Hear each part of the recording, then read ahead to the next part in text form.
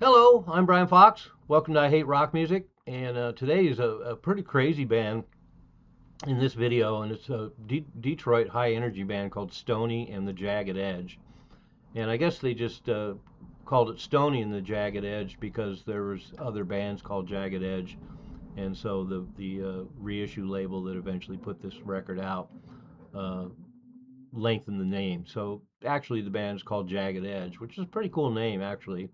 But they were around in Detroit from 1966 to 1969, and they recorded these six songs, the only things that survive right now, in May of 1968. And so in 2014, these tapes were found and finally released as this record called Chasing Rainbows. So it's not really a full album, but there's so much going on, and they're such an interesting and cool band that six songs is really great to have.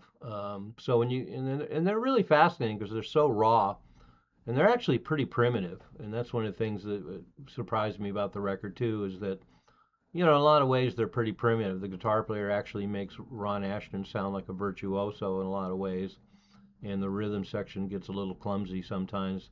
But they make up for it in attitude, and then they just have that sound and they definitely blended in with the Detroit high energy scene. And I guess they often played with the Stooges and the MC5, but they also opened for the Doors and Cream and the Mothers of Invention. So they were very highly thought of in the Detroit scene, and I guess they had a fair amount of influence on some of the other bands. So we can kind of thank them for maybe juicing up some of these other Detroit high energy bands, and kind of like the MC5, whose first 45 came out on A Square.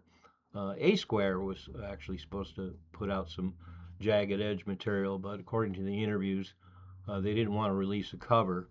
They wanted to put out an original, and so A Square kind of dragged their feet on it. So too bad. Would have been nice to have gotten a full album out of them, recorded really well, um, back in '69 or '68.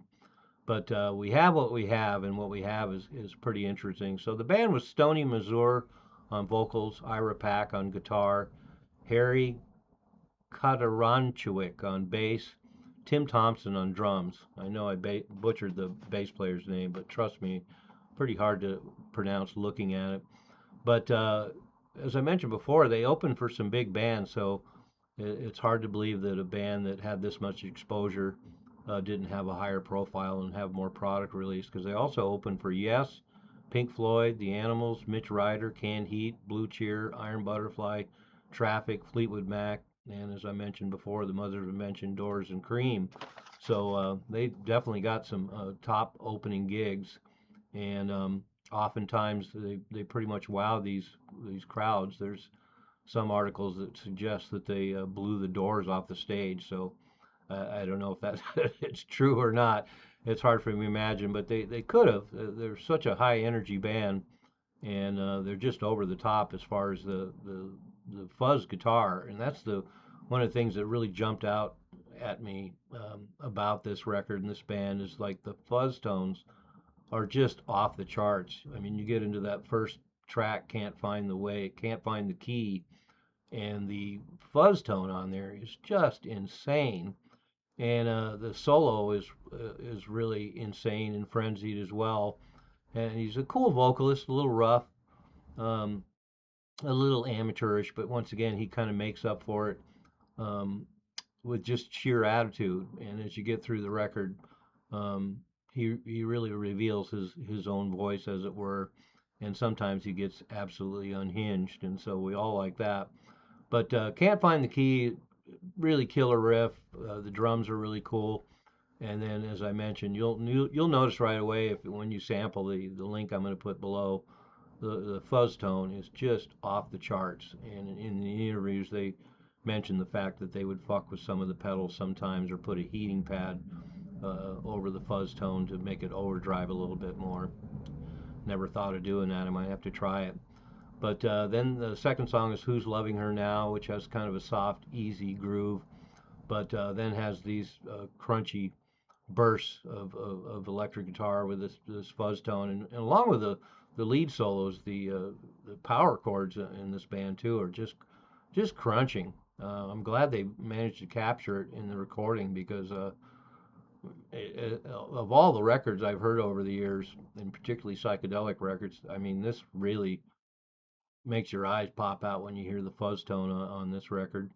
So the third song is Delilah, and then he starts using a great wah-wah pedal. So between the killer fuzz tone and the wah-wah, it really sounds good. And then there's a lot of choppy guitar chords and slashing guitar chords. So this one is a little bit slower, but once again, it uses some Eastern scales and just crazy fuzz, and then these wonderful chords just loaded with fuzz too. And then the vocals are really unhinged at the end. I wish he channeled a lot more of that energy into some of the other performances because he really lets loose at the end of Delilah. And then there's a section two with a long guitar solo.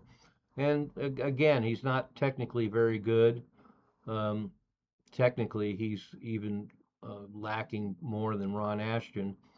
And I've learned that over the years that there's times where Ron Ashton has been characterized as being fairly primitive, but considering a lot of the records out there, particularly from that area in the late '60s, Ron Ashton is actually pretty polished and technically capable.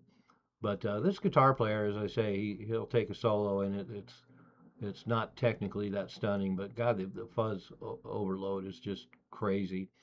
So then the fourth song is called Rainbows, and it's slow and brooding and psychedelic, and has some really mannered vocals, but some nice harmonies, and there's a great fuzz solo, but it's definitely a little more on the psychedelic side compared to these Detroit high energy tunes. Then you get to song number five, Crystal Rain, which is a real hard rocker.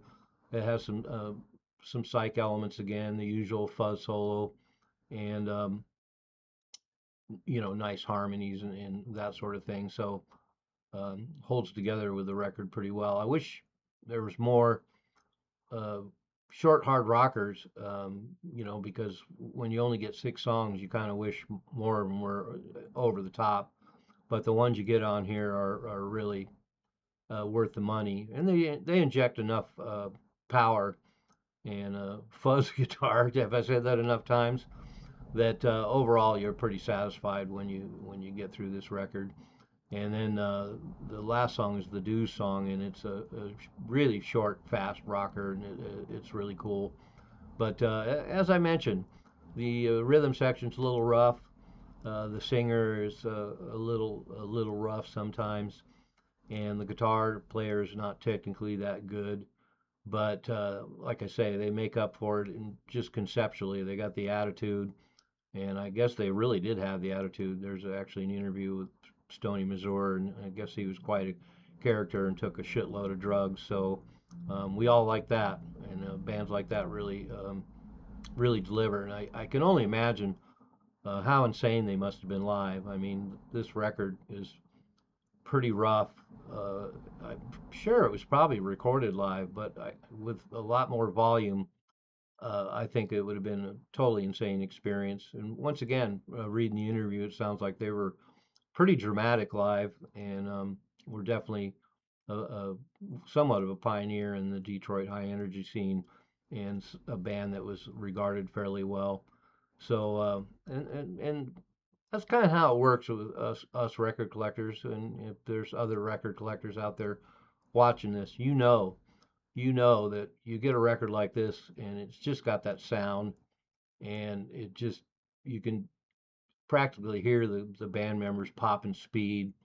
Um, the fuzz tones are insane, and the songs are pretty solid. So on the surface, you kind of might go, well, God, they're not really that good or anything. But as far as just having attitude and the sound and the energy and crazy fuzz tones, there I said it again. Wow, this record is something else, and I'm glad we have it. So anyway, after all this blabbering about it, go to the link below and check it out. And even if you don't listen to the whole thing, if you listen to that opening song and hear that guitar tone, you're in for a treat. Thanks for watching. I'm Brian Fox.